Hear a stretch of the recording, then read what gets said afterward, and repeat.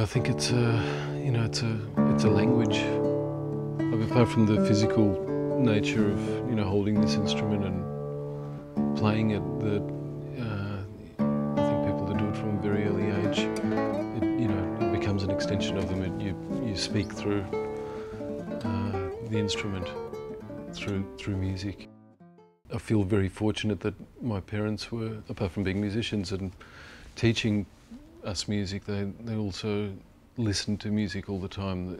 They loved listening to music, and a lot of professional musicians don't actually listen to music all that much. They make it and they play all the time, but they don't listen. And our home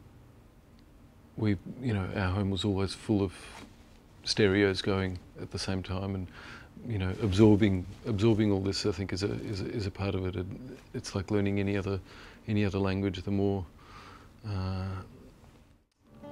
you get that in your environment, the better. I played a lot of electric guitar through high school and even later on. It's something that I really loved. It just became harder to balance that sort of playing with classical playing.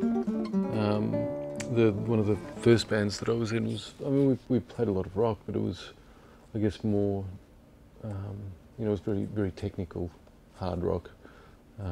We did a lot of music, covered a lot of music of a band called Extreme, and we also played a lot of Hendrix and older rock styles. But I think I was always into the more lyrical and technical side of things. It's funny in that I always feel that everyone has such a different character.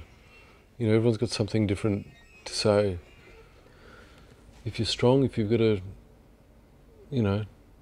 great product, I don't think one should be worried. I think it's great to have lots of young players getting out there and playing to more people, and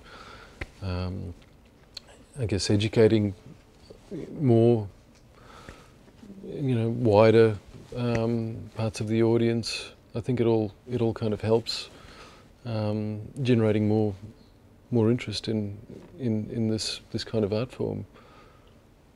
An album is just a calling card, but the main point of difference is the live show, and I think it's put more emphasis on live performance. I think it's great to see more players are just touring more and more, it seems, these days, and it also, because people aren't as preoccupied with finding a major record deal, signing a major record deal, for example. They're just doing their own projects, their own recordings, taking them on the road. I think again it's sort of creating a more varied palette for audiences to digest. It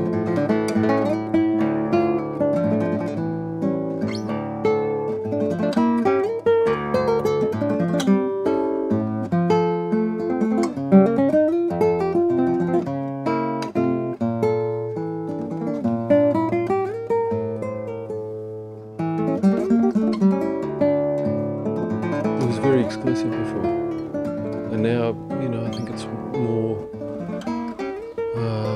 more to do with how people actually cut it on stage.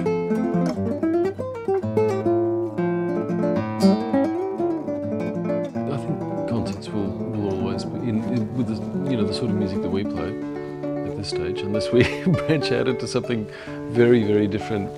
It'll always be live work that generates the the majority of our income. Very out of tune after the flight.